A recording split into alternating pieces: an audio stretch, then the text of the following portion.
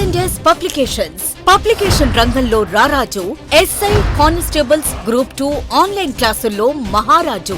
S&S publications SI constables అయినా group 2 అయినా 90% మంది విశ్వసించేది S&S పబ్లికేషన్స్. ఇప్పుడు SI కానిస్టేబుల్స్ గ్రూప్ 2 ఆన్లైన్ క్లాసుల్లో ప్రభంజనం సృష్టిస్తూ స్టేట్ నెంబర్ 1 గా రాణిస్తున్న మన S&S యాప్ లో క్వాలిటీ వీడియోస్ కు నమ్మకమైన బుక్స్ కు మారుపేరు S&S పబ్లికేషన్స్. ఫోన్ నంబర్స్ 7377222999 మరియు 9097588999.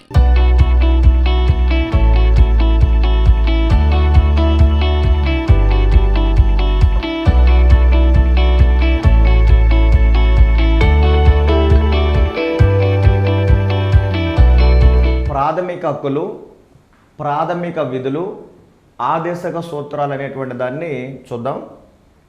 ఇందులో మొట్టమొదటి ప్రశ్న, భారత రాజ్యాంగంలో పొందుపరిచిన ప్రాథమిక హక్కులకు ప్రేరణ ఇచ్చినటువంటి అంశం ఏంటి అని అడిగారు. అంటే ప్రేరణ ఇచ్చినటువంటి అంశం అంటే మనం ఎక్కడి నుంచి ప్రాథమిక హక్కులను తీసుకున్నాము అనేది అర్థం. ఒకటి మాగ్నా కార్టానా, యుఎన్ఓ మానవ హక్కుల ప్రకటన, బిల్ ఆఫ్ రైట్సా లేదా ఫ్రెంచ్ విప్లవం అని అడిగాడు. మాగ్నా కార్ట్ అంటే 1215వ సంవత్సరంలో బ్రిటన్ రాజు జాన్ ఎడ్వర్డ్ I హక్కులకు సంబంధించి మొట్టమొదటిసారిగా ప్రకటన చేశారు. దాన్ని మనం ఏమంటామంటే మాగ్నా కార్టా అంటారు. ఎవరైనా జాన్ ఎడ్వర్డ్ I అనేటువంటి ఆయన హక్కులకు సంబంధించి మొట్టమొదటిసారిగా ప్రకటన చేశారు. ఈ ప్రకటనను మనం ఏమంటామంటే ప్రాథమిక హక్కులకు సంబంధించి మాగ్నా కార్టా అని పిలుస్తారు. ఏమంటారు? మాగ్నా కార్టా అని పిలుస్తారు. అంటే ఇక్కడ మాగ్నా అంటే అర్థం, ఇవి లాటిన్ వర్డ్స్. మాగ్నా అని అంటే గ్రేట్ అని అర్థం, కార్టా అంటే అర్థం యాక్ట్ అని అర్థం.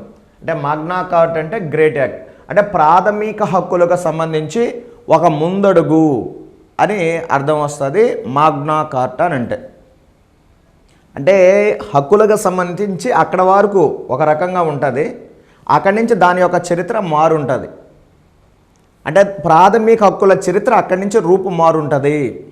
అంటే ఏదైనా ఒక దాని యొక్క చరిత్ర అక్కడి నుంచి మారేటువంటి దశని మనం ఏమంటామంటే సింపుల్గా మాగ్నా కార్టా అంటారు. అంటే ప్రాథమిక హక్కుల చరిత్ర ప్రారంభమైంది ఎక్కడి నుంచి అని మనం అనుకుంటే 1215వ సంవత్సరంలో జాన్ ఎడ్వర్డ్ I చేసినటువంటి హక్కుల ప్రకటన. ఈ హక్కుల ప్రకటనలు ఏముంటుందంటే, చట్టం ముందు అందరూ సమానులే, వ్యక్తుల యొక్క స్వేచ్ఛా స్వాతంత్రాలను చట్టబద్ధంగా తప్ప మరి ఏ విధంగానూ నియంత్రించడానికి ఆస్కారం లేదు అని మొట్టమొదటిసారిగా హక్కుల గురించి మాట్లాడినటువంటి వ్యక్తి జాన్ ఎడ్వర్డ్ I కాబట్టి ఆయన చేసిన ప్రకటనను ప్రాథమిక హక్కులకు సంబంధించి మాగ్నా కార్టా అని అంటారు. ఇప్పుడు మానవ జీవితానికి సంబంధించి కూడా మాగ్నా కార్టా అంటే మన జీవితం ఒక దశ వరకు ఒక విధంగా ఉంటుంది, ఒక దశ నుంచి కొత్త పుంతలు తగ్గుతుంది. ఫర్ ఎగ్జాంపుల్ ఇప్పుడు మీ జీవితాలకు సంబంధించి మాగ్నా కార్టా, మీకు ప్రభుత్వ ఉద్యోగం వచ్చినప్పుడు మీ జీవితానికి సంబంధించి మాగ్నా కార్టా ఏంటంటే ఉద్యోగం రావడం, కొంతమంది పెళ్లి చేసుకోవడం, భార్య మన జీవితానికి రావడం మన జీవితానికి సంబంధించి మాగ్నా కార్టా. లేదా మన S&S పబ్లికేషన్లో ఈ ప్రాక్టీస్ బిట్స్ని మీరు చదువుకోవడం అనేటువంటిది మీ జీవితానికి సంబంధించినటువంటి మాగ్నా కార్టా. అంటే మీ జీవితం ఎక్కడి నుంచి కొత్త పుంతలు తొక్కుతుంది అన్నమాట. అంటే ప్రతి దానికి కూడా గత చరిత్ర ఒక రకంగా ఉంటుంది, అక్కడి నుంచి కొత్త చరిత్ర ప్రారంభం అవుతుంది. ఆ పాయింట్ని మనం ఏమంటామంటే మాగ్నా కార్టా అని అంటాం. ప్రాథమిక హక్కుల చరిత్ర క్రీస్తు శకం 1215 దాకా ఒక రకంగా ఉండేది, ఇక్కడి నుంచి కొత్త పుంతలు దొక్కింది. కాబట్టి జాన్ ఎడ్వర్డ్ I చేసినటువంటి ప్రకటన ఏమంటారంటే మాగ్నా కార్టా అంటారు. అదేవిధంగా 1948వ సంవత్సరం డిసెంబర్ 10న ఐక్యరాజ్య సమితి ఒక ప్రకటన చేస్తుంది, హక్కులకు సంబంధించి ఒక ప్రకటన చేస్తుంది. దాన్ని మనం ఏమంటామంటే యూనివర్సల్ హ్యూమన్ రైట్స్ డిక్లరేషన్ అంటారు, విశ్వ మానవ హక్కుల ప్రకటన అంటారు. ఈ హక్కుల ప్రకటన ద్వారా ఏం చెప్తుందంటే ప్రతి దేశం కూడా వాళ్ళ రాజ్యాంగంలో మానవ హక్కులు అనేటువంటి వాటిని ఏర్పాటు చేసుకోవాలి. వ్యక్తి పరిపూర్ణమైన అభివృద్ధిని సాధించడానికి మానవ హక్కులను ఏర్పాటు చేసుకోవాలి అని చెప్పి ఐక్యరాజ్య సమితి చెబుతుంది. అదేవిధంగా ఫ్రెంచ్ విప్లవం 1789లో జరుగుతుంది. ఈ ఫ్రెంచ్ విప్లవం ద్వారా మనం తీసుకున్నటువంటి అంశాలు ఏంటంటే స్వేచ్ఛ, సమానత్వం, సౌభ్రాతృత్వం. స్వేచ్ఛ, సమానత్వం, సౌభ్రాతృత్వం అనేటువంటి అంశాలు ఫ్రెంచ్ విప్లవ సందర్భంగా ఇస్తారు. ఆ నినాదాలను మనం కూడా తీసుకున్నాం. స్వేచ్ఛ, సమానత్వం, సౌభ్రాతృత్వం మరియు గణతంత్ర విధానం అనేటువంటి దాన్ని మనం ఫ్రెంచ్ నుంచి తీసుకున్నాం. ప్రాథమిక హక్కుల్ని ఎక్కడి నుంచి తీసుకున్నామంటే బిల్ ఆఫ్ రైట్స్ అంటాము. అమెరికా రాజ్యాంగంలో బిల్ ఆఫ్ రైట్స్ పేరు మీదుగా ప్రాథమిక హక్కులు అనేటివి వాళ్ళ రాజ్యాంగంలో ఉన్నాయి. కాబట్టి మన రాజ్యాంగంలో ప్రాథమిక హక్కులకు ప్రేరణ ఇచ్చినటువంటి అంశం ఏంటంటే బిల్ ఆఫ్ రైట్స్. ఎక్కడి నుంచి తీసుకున్నామంటే యుఎస్ఏ నుంచి తీసుకున్నాం. Option number C is the right option. అదేవిధంగా ఈ క్రింది వానిలో సరైనది ఏంది అని అడిగారు. ప్రాథమిక హక్కులు యుఎస్ఏ నుంచి తీసుకున్నాం, వెరీ గుడ్. ఎక్కడ నుంచి తీసుకున్నాం? యుఎస్ఏ నుంచి తీసుకున్నాం. భారత రాజ్యాంగంలో 3వ భాగంలో ప్రాథమిక హక్కులు అనేటివి ఉన్నాయి, వెరీ గుడ్, ఇది కూడా కరెక్టే. భారత రాజ్యాంగంలో 12 నుంచి 35 వరకు ఉన్నటువంటి ఆర్టికల్స్ ప్రాథమిక హక్కుల గురించి తెలియజేస్తూ ఉన్నవి. పైవన్నీ సరైనవే, అన్నీ కూడా కరెక్టే. ప్రాథమిక హక్కులు అనేటివి మనము అమెరికా నుంచి తీసుకున్నాం. భారత రాజ్యాంగంలో 3వ భాగంలో ఈ ప్రాథమిక హక్కులు ఉన్నాయి. రాజ్యాంగంలో 12 నుంచి 35 వరకు ఉన్నటువంటి ఆర్టికల్స్ ప్రాథమిక హక్కుల గురించి తెలియచేస్తూ ఉన్నాయి. అంటే పైవన్నీ సరైనవి అనేటువంటిది కరెక్ట్ ఆప్షన్. నెక్స్ట్, భారత రాజ్యాంగం ఎలాంటి చట్టాలను అనుమతిస్తుంది అని అడిగారు.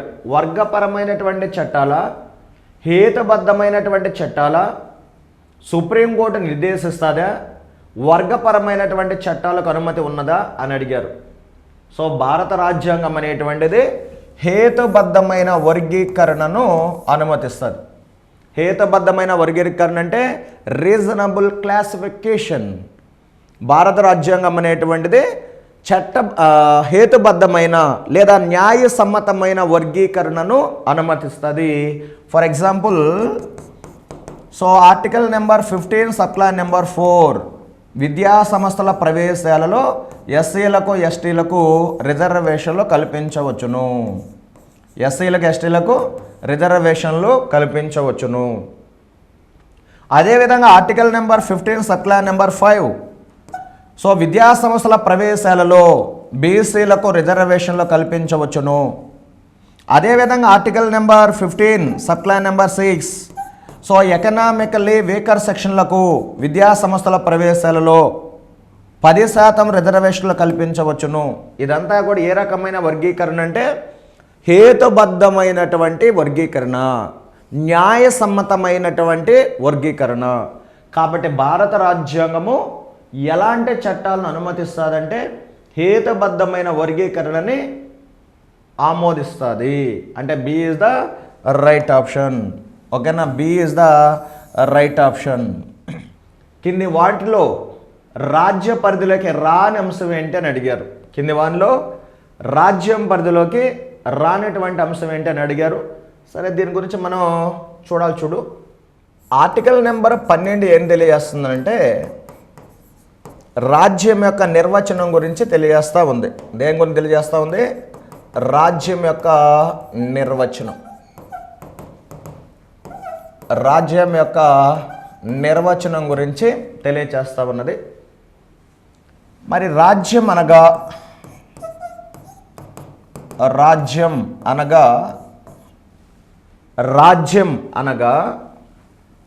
ఒకటి. రాజ్యం అనగా డాష్ ఎవరెవరు? ఒకటి కేంద్ర ప్రభుత్వం, పార్లమెంట్. కేంద్ర ప్రభుత్వం డాష్ పార్లమెంట్.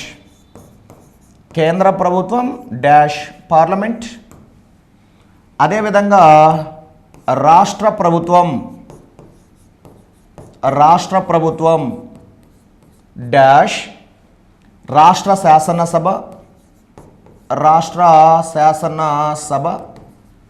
నెక్స్ట్ మూడోది ఇతర అధికారయుత సంస్థలు. ఓకేనా, రైట్. సో ఈ మూడింటిని కలిపి మనం ఏమంటామంటే రాజ్యం అని పిలుస్తారు. ఏమని పిలుస్తారు? రాజ్యం.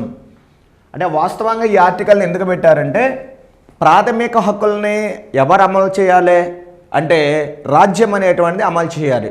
మరి రాజ్యం అంటే ఎవరు అంటే కేంద్ర ప్రభుత్వం పార్లమెంట్, రాష్ట్ర ప్రభుత్వం రాష్ట్ర శాసనసభ, ఇతర అధికారయుత సంస్థలు. సో ఈ మూడింటిని కలిపి మనం ఏమంటామంటే రాజ్యం అంటాం. ప్రాథమిక హక్కులని అమలు చేయాల్సినటువంటి బాధ్యత, మనకు కల్పించాల్సిన బాధ్యత ఎవరిదంటే రాజ్యానిది. మరి ఇక్కడ కేంద్ర ప్రభుత్వం అంటే మనకు స్పష్టంగా తెలుసు, పార్లమెంట్ అంటే కూడా తెలుసు, రాష్ట్ర ప్రభుత్వం అంటే కూడా తెలుసు, రాష్ట్ర శాసనసభ అంటే కూడా తెలుసు. మరి ఇతర అధికారిత సంస్థలు అంటే ఏమేమి వస్తాయి అనేట దాని మీద రాజ్యాంగం అనేటువంటిది స్పష్టంగా చెప్పలేదు. ఓకేనా, స్పష్టంగా చెప్పలేదు. సాధారణంగా చూడు, పార్లమెంట్ అంటే ఎవరెవరు వస్తారు అంటే మీకు సూక్ష్మంగా చూడండి. సో అంటే పార్లమెంట్ అంటే ఎవరు వస్తారు ఒకసారి చూడు. సో ఆర్టికల్ నెంబర్ 79 ప్రకారం పార్లమెంట్ అనగా 1 లోక్సభ, 2 రాజ్యసభ, 3 రాష్ట్రపతి. ఈ ముగ్గురిని కలిపి మనం ఏమంటాం? పార్లమెంట్ అని పిలుస్తాం. ఏం పిలుస్తాం? పార్లమెంట్ అని పిలుస్తారు. అంటే ఇక్కడ పార్లమెంట్ అనే దానికి స్పష్టత ఉన్నదా? ఉన్నది. మరి కేంద్ర ప్రభుత్వం అంటే nothing but council of ministers. కేంద్ర మంత్రి మండలిని మనం ఏమంటామంటే కేంద్ర ప్రభుత్వం అని ఉంటాం షార్ట్కట్గా, అంటే సాధారణంగా అర్థం అవ్వడానికి. ఇప్పుడు కేంద్ర ప్రభుత్వం అంటే కేంద్ర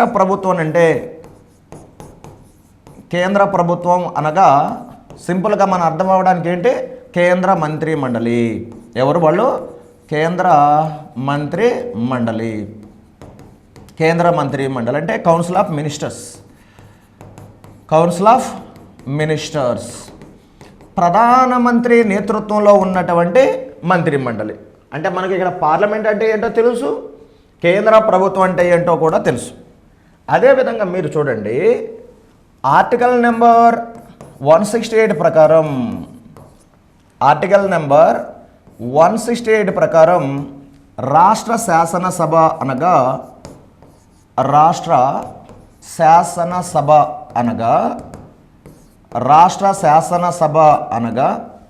ఎవరెవరు వస్తారు అంటే 1 విధానసభ వస్తుంది, 2 విధాన పరిషత్ వస్తుంది, 3 గవర్నర్ వస్తారు. ఈ ముగ్గురిని కలిపి మనం ఏమంటాం? సో రాష్ట్ర శాసనసభ అని అంటారు, స్టేట్ లెజిస్లేచర్ అని అంటారు. అదేవిధంగా రాష్ట్ర ప్రభుత్వం అంటే మీకు అర్థం చేసుకోవడానికి రాష్ట్ర ప్రభుత్వం అంటే ఎవరు? సింపుల్గా అనగా రాష్ట్ర మంత్రి మండలి. ఎవరు? రాష్ట్ర మంత్రి మండలి. అంటే స్పష్టత ఉన్నదా లేదా? రాష్ట్ర మంత్రి మండలి అంటే సీఎం ప్లస్ అతని నేతృత్వంలో ఉన్నటువంటి కౌన్సిల్ ఆఫ్ మినిస్టర్స్.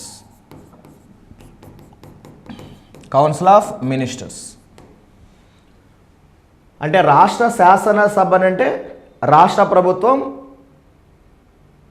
రాష్ట్ర శాసనసభ అంటే విధానసభ, విధాన పరిషత్, గవర్నర్. రాష్ట్ర ప్రభుత్వం అనగా రాష్ట్ర మంత్రి మండలి. అంటే మనకు స్పష్టంగా అర్థమనేటువంటిది ఉంది. అయితే ఇతర అధికారిత సంస్థలు అంటే ఏంటనేటువంటి దాని మీద స్పష్టంగా రాజ్యాంగంలో పేర్కోలేదు. అలాంటి సందర్భంలో 1981 సంవత్సరంలో అజయ్ ఆసియా వర్సెస్ ఖాలిద్ ముజిబ్ మధ్య జరిగినటువంటి వ్యాజ్యంలో 1981వ సంవత్సరంలో అజయ్ ఆసియా వర్సెస్ ఖాలిద్ ముజిబ్ మధ్య జరిగినటువంటి వ్యాధ్యంలో రాజ్యం పరిధిలోకి వచ్చేటువంటి సంస్థలు ఏంటి, రాజ్యం పరిధిలోకి రాని సంస్థలు ఏంటి అనేటువంటి దాని మీద సుప్రీంకోర్టు తన మార్గదర్శకాలని విడుదల చేసింది. ఏ కేసులో? అజయ్ ఆసియా వర్సెస్ ఖాలిద్ ముజిబ్ మధ్య జరిగినటువంటి వ్యాధ్యంలో రాజ్యం పరిధిలోకి వచ్చేటువంటి సంస్థలు ఏంటి, రాజ్యం పరిధిలోకి రానటువంటి సంస్థలు ఏంటి అనే దాని మీద సుప్రీంకోర్టు తన మార్గదర్శకాలను విడుదల చేసింది. సో ఇందులో మొట్టమొదటిసారి చూద్దాం. రాజ్యం పరిధిలోకి వచ్చే సంస్థలు, రాజ్యం పరిధిలోకి వచ్చే సంస్థలు, రాజ్యం పరిధిలోకి వచ్చేటువంటి సంస్థలు ఏంటి? నెంబర్ 1, రాజ్యాంగం ప్రకారం ఏర్పాటైన సంస్థలు, రాజ్యాంగం ప్రకారం ఏర్పాటైన సంస్థలు, రాజ్యాంగం ప్రకారం ఏర్పాటైన సంస్థలు. నెక్స్ట్ 2వది చట్టబద్ధ సంస్థలు, చట్టబద్ధ సంస్థలు, చట్టబద్ధ సంస్థలు. నెక్స్ట్ 3వది ఒక సంస్థ నిర్వహణలో, ఒక సంస్థ నిర్వహణలో, ఒక సంస్థ నిర్వహణలో 100% గవర్నమెంట్ నిధులు కలిగిన సంస్థలు, గవర్నమెంట్ నిధులు కలిగిన సంస్థలు. ఒక సంస్థ నిర్వహణలో 100% ప్రభుత్వ నిధులు కలిగిన సంస్థలు. నెక్స్ట్ ఒక సంస్థ నిర్వహణలో, ఒక సంస్థ నిర్వహణలో, ఒక సంస్థ నిర్వహణలో ఎక్కువ నిధులు గవర్నమెంట్ కలిగి ఉన్న సంస్థలు, గవర్నమెంట్ కలిగి ఉన్న సంస్థలు. ఒక సంస్థ నిర్వహణలో ఎక్కువ నిధులు గవర్నమెంట్ కలిగి ఉన్న సంస్థలు. నెక్స్ట్ 5వది గవర్నమెంట్ జివోస్ జారీ చేయగలిగిన సంస్థలు, గవర్నమెంట్ జివోస్ జారీ చేయగలిగిన సంస్థలు. నెక్స్ట్ అదేవిధంగా 6వది పన్నులు వేయగలిగిన సంస్థలు, పన్నులు వేయగలిగిన సంస్థలు. ఇవన్నీ రాజ్యం పరిధిలోకి వస్తాయట. రాజ్యాంగం ప్రకారం ఏర్పాటైన సంస్థలు, చట్టబద్ధమైనటువంటి సంస్థలు, ఒక సంస్థ నిర్వహణలో 100% నిధులను ప్రభుత్వమే కలిగి ఉన్నటువంటి సంస్థలు, ఒక సంస్థ నిర్వహణలో ఎక్కువ నిధులు గవర్నమెంటే కలిగి ఉన్నటువంటి సంస్థలు, ప్రభుత్వ గవర్నమెంట్ ఆర్డర్స్ను జారీ చేయగలిగినటువంటి సంస్థలు, పన్నులు వేయగలిగినటువంటి సంస్థలు. మరి రాజ్యం పరిధిలోకి రాని సంస్థలు ఏంటి? రాజ్యం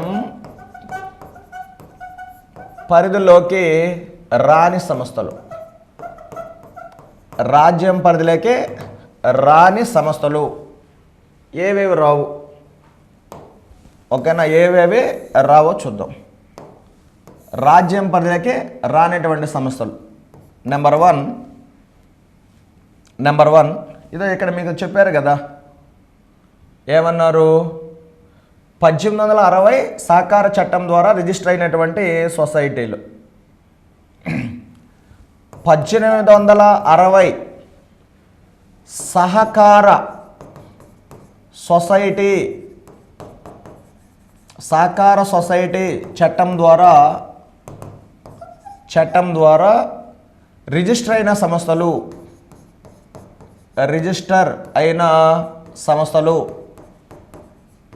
రిజిస్టర్ అయినటువంటి సంస్థలు. అంటే ఫర్ ఎగ్జాంపుల్ మీరు ఇప్పుడు ట్రస్టీలు అని ఉంటారు చూసారు, ట్రస్టీలు. ఈ ట్రస్టీలన్నీ కూడా ఇలానే ఏర్పాటై ఉంటాయి 1860 సహకార చట్టం ద్వారా.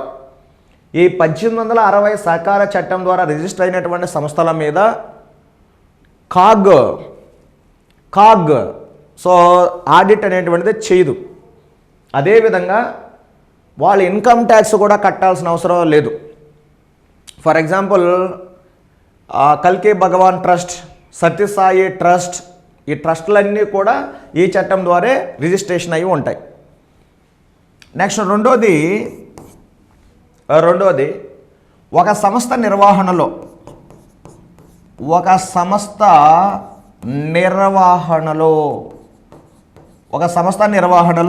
100% గవర్నమెంట్ ఆ సంస్థ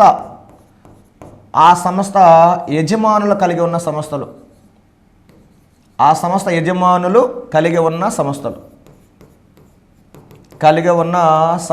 ఉదాహరణకి ఇన్ఫోసిస్ కానీ, టాటా కన్సల్టెంట్ సంస్థ కానీ, టీసీఎల్ కానీ ఇలాంటివి. ఒక సంస్థ నిర్వహణలో 100% ఆ సంస్థ యజమానులే కలిగి ఉన్న సంస్థలు. నెక్స్ట్, ఒక సంస్థ నిర్వహణలో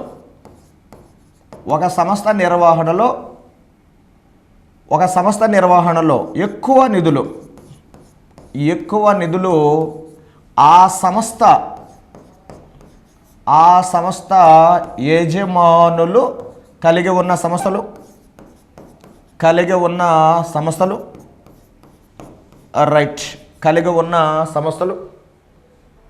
అంటే గవర్నమెంట్ సహాయం చేసిన కాస్త కోస్తో, కానీ ఎక్కువ నిధులు ఆ సంస్థ యజమానులే కలిగి ఉన్న సంస్థలు. నెక్స్ట్ 4వది పన్నులు వేసే అధికారం లేని సంస్థలు. నెక్స్ట్ గవర్నమెంట్ ఆర్డర్స్ జారీ చేసే అధికారం లేని సంస్థలు. పన్నులు వేసే అధికారం లేని సంస్థలు, అదేవిధంగా గవర్నమెంట్ ఆర్డర్స్ జారీ చేసే అధికారం లేని సంస్థలు. రైట్, ఇవి రాజ్యం పరిధిలోకి వచ్చే సంస్థలు, రాజ్యం పరిధిలోకి రాని సంస్థలు. ఏ కేసులో చెప్పింది? అజయ్ ఆసియా వర్సెస్ ఖాలిద్ ముజిబ్ మధ్య జరిగిన వ్యాజ్యంలో సుప్రీంకోర్టు చెప్పింది. మరి ఎక్కడ చూద్దాం చూడు. జిల్లా ప్రణాళిక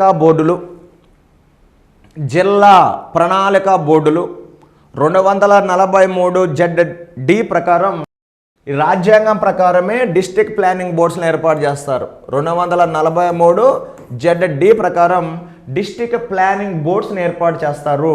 అంటే ఇదే రాజ్యాంగబద్ధమైనటువంటి సంస్థ. రైట్. TSRTC ఇది చట్ట ప్రకారం ఏర్పాటు చేసుకుంటాం. Telangana state road transport corporation. Right, ఇది కూడా రాజ్యం పరిధిలోకి వస్తుంది. నెక్స్ట్ LIC ఆఫ్ ఇండియా, ఇది గవర్నమెంట్ సంస్థ, అంటే చట్ట ప్రకారము ఏర్పాటు చేసుకున్నటువంటి సంస్థ. కాబట్టి LIC అనేటువంటిది రాజ్యం పరిధిలోకి వస్తుంది.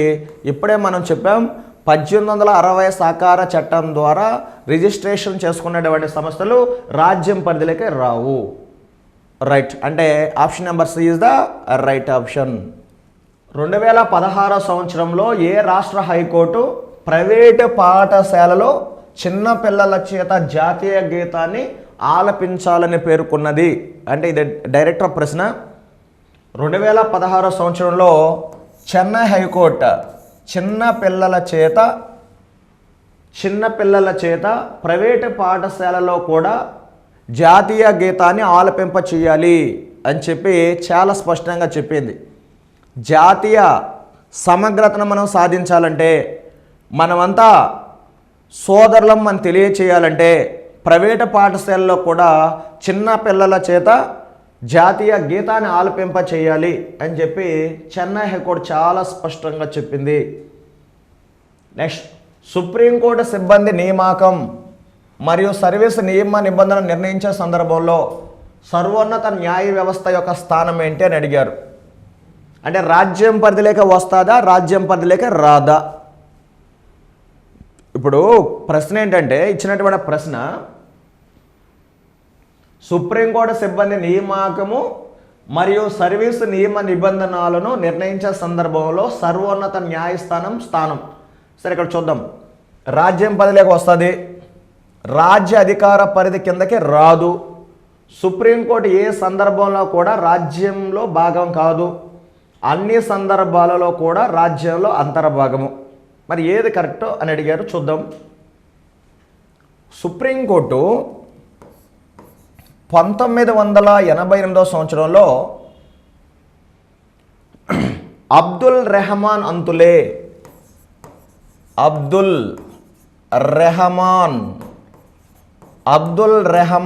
అంతులే versus RS Nayak RS Nayak మధ్య జరిగిన వ్యాజ్యంలో సుప్రీంకోర్టు ఒక తీర్పునిచ్చింది. మనకు 1988 వరకు ఒక డైలమా ఉండేది, సుప్రీంకోర్టు రాజ్యం పరిధిలోకి వస్తుందా రాజ్యం పరిధిలోకి రాదా అని. 1981లో ఏం చెప్పింది సుప్రీంకోర్టు? రాజ్యాంగం ప్రకారం ఏర్పాటైన సంస్థలు కూడా రాజ్యం పరిధిలోకి వస్తాయని 1981లో చెప్పింది కదా. అజయ్ ఆసే వర్సెస్ ఖాలిద్ ముజిబ్ మధ్య జరిగిన వ్యాజ్యంలో. మరి ఇప్పుడు సుప్రీంకోర్టు రాజ్యాంగం ప్రకారం ఏర్పాటైంది కదా, అంటే అది కూడా అంటే సుప్రీంకోర్టు కూడా రాజ్యం పరిధిలోకి రావాలి, ఇంతే కదా యాజ్ ఫర్ కాన్స్టిట్యూషన్. అయితే 1988 సంవత్సరంలో అబ్దుల్ రెహమాన్ అంతులే వర్సెస్ ఆర్ఎస్ నాయక్ మధ్య జరిగిన వ్యాజ్యంలో సుప్రీంకోర్టు చాలా స్పష్టంగా చెప్పింది, సుప్రీంకోర్టు తీర్పులను ఇచ్చేటప్పుడు ఏంటంట, సుప్రీంకోర్టు తీర్పులను ఇచ్చేటప్పుడు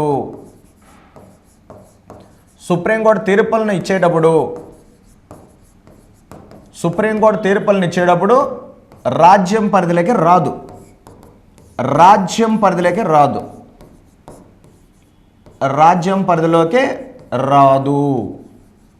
అదే సుప్రీంకోర్టు కార్యనిర్వాహక విధులను నిర్వహించేటప్పుడు, సుప్రీంకోర్టు కార్యనిర్వాహక విధులను నిర్వహించేటప్పుడు, సుప్రీంకోర్టు కార్యనిర్వాహక విధులు నిర్వహించేటప్పుడు రాజ్యం పరిధిలోకి వస్తుంది. ఓకేనా, రాజ్యం పరిధిలోకి వస్తుంది అని సుప్రీంకోర్టు చెప్పింది. అంటే రెండు విరుద్ధమైనటువంటి భావాలను వ్యక్తం చేసింది. అంటే సుప్రీంకోర్టు రాజ్యం పరిధిలోకి వస్తుందా? ఎస్ వస్తుంది. సుప్రీంకోర్టు రాజ్యం పరిధిలోకి రాదు. ఏ సందర్భంలో వస్తుంది? కార్యనిర్వాహక విధులను నిర్వహించేటప్పుడు రాజ్యం పరిధిలోకి వస్తుంది. మరి రాజ్యం పరిధిలోకి ఎప్పుడు రాదు అంటే సుప్రీంకోర్టు తీర్పులను ఇచ్చేటప్పుడు రాజ్యం పరిధిలోకి రాదు. సుప్రీంకోర్టు తీర్పులను ఇచ్చేటప్పుడు రాజ్యం పరిధిలోకి రాదు. ఎందువల్ల? సుప్రీంకోర్టు పనిచేసే విధానము స్వయం ప్రతిపత్తి కలిగినటువంటి న్యాయ వ్యవస్థ. సుప్రీంకోర్టు తీర్పులు ఇచ్చేటప్పుడు శాసనశాఖ యొక్క ప్రాబల్యం కానీ కార్యనిర్వహణ శాఖ ప్రాబల్యం కానీ సుప్రీంకోర్టు మీద ఉండదు. ఒకవేళ రాజ్యం పరిధిలోకి వస్తే ప్రభుత్వం చెప్పినట్టు సుప్రీంకోర్టు వినాల్సి వస్తుంది. అప్పుడు ప్రజల యొక్క హక్కులకి భంగం కలుగుతుంది. కాబట్టి సుప్రీంకోర్టు తీర్పులను ఇచ్చేటప్పుడు రాజ్యం పరిధిలోకి రాదు. అదే కార్యనిర్వాహక విధులు నిర్వహించేటప్పుడు రాజ్యం పరిధిలోకి వస్తుంది అని చెప్పింది. వాస్తవంగా సుప్రీంకోర్టు తీర్పులనే కదా ఇవ్వాలి, కార్యనిర్వాహక విధులను నిర్వహించేది కార్యనిర్వహణ శాఖ కదా. మరి సుప్రీంకోర్టు ఏమన్నా కార్యనిర్వాహక విధులు నిర్వహిస్తుందంటే ఒక సందర్భంలో కార్యనిర్వాహక విధులను నిర్వహిస్తుంది. ఏ సందర్భంలో అంటే భారత రాజ్యాంగంలో ఉన్నటువంటి ఆర్టికల్ నెంబర్ 146 ప్రకారం సుప్రీంకోర్టులో పనిచేసేటువంటి ఉద్యోగస్తులను సుప్రీంకోర్టులో పనిచేసేటువంటి ఉద్యోగస్తులను సుప్రీంకోర్టే నియామకం చేసుకుంటుంది. అంటే సుప్రీంకోర్టు ప్రధాన న్యాయమూర్తి నియామకం చేస్తారు. ఎవరిని? సుప్రీంకోర్టులో పనిచేసేటువంటి ఉద్యోగస్తులు సుప్రీంకోర్టు ప్రధాన న్యాయమూర్తి నియామకం చేస్తారు. అంటే సుప్రీంకోర్టు ప్రధాన న్యాయమూర్తి పేరు మీదుగా రిజిస్ట్రీ ఉంటుంది, అది నియామకం చేస్తూ ఉంటుంది. రాజ్యాంగం అయితే ఇలా చెప్తూ ఉంటుంది. ఆర్టికల్ నెంబర్ 146 ప్రకారము సుప్రీంకోర్టులో పనిచేసేటువంటి ఉద్యోగస్తులను సుప్రీంకోర్టు ప్రధాన న్యాయమూర్తి నియామకం చేస్తారు. వాస్తవంగా నియామకాలు అనేటువంటి అంశం కార్యనిర్వాహక శాఖ పరిధిలో ఉన్నటువంటి అంశం. అపాయింట్మెంట్స్ అనేటువంటిది ఎవరు చూసుకుంటారు? కేంద్ర కార్యనిర్వహణ శాఖ అనేటువంటి చూసుకుంటూ ఉంటుంది. కానీ ఒక సందర్భంలో సుప్రీంకోర్టు కార్యనిర్వహణ విధులని నిర్వహిస్తూ ఉంటుంది. ఏ సందర్భంలో అంటే సుప్రీంకోర్టులో పనిచేసేటువంటి ఉద్యోగస్తులను సుప్రీంకోర్టు నియామకం చేసుకునేటువంటి సందర్భంలో సుప్రీంకోర్టు కార్యనిర్వాహక విధులను నిర్వహిస్తూ ఉంటుంది. ఈ సందర్భంలో రాజ్యం పరిధిలోకి వస్తుంది అని సుప్రీంకోర్టే అబ్దుల్ రెహమాన్ అంతులే వర్సెస్ ఆర్ఎస్ నాయక్ మధ్య జరిగిన వ్యాజ్యంలో చాలా స్పష్టంగా చెప్పింది. అంటే ఇప్పుడు మీరు ఆన్సర్ ఏంటై ఉండాలో చూడండి. సిబ్బంది నియామక విషయంలో సుప్రీంకోర్టు యొక్క స్థానం ఏంటన్నారు? రాజ్యం పరిధిలోకి వస్తుందా అంటే కదా, ఎగ్జిక్యూటివ్ ఫంక్షన్ నిర్వహించేటప్పుడు రాజ్యం పరిధిలోకి వస్తుంది, రాజ్య అధికార పరిధి కిందకి రాదు. ఏ సందర్భంలో రాజ్య అధికార పరిధి కిందకి రాదు? తీర్పులు ఇచ్చేటప్పుడు రాదు. నెక్స్ట్ సుప్రీంకోర్టు ఏ సందర్భంలో కూడా రాజ్యంలో భాగం కాదు, తప్పు. సో ఇక్కడ నియామకం సందర్భంలో రాజ్యం పరిధిలోకి, ఏ సందర్భంలో కూడా రాదన్నాడు, తప్పు. అన్ని సందర్భాల్లో కూడా రాజ్యంలో అంతర్భాగమే, అన్ని సందర్భాల్లో కాదు, కేవలం ఎగ్జిక్యూటివ్ ఫంక్షన్ నిర్వహించేటప్పుడు మాత్రమే that is an integral part of the state, రాజ్యంలో భాగం.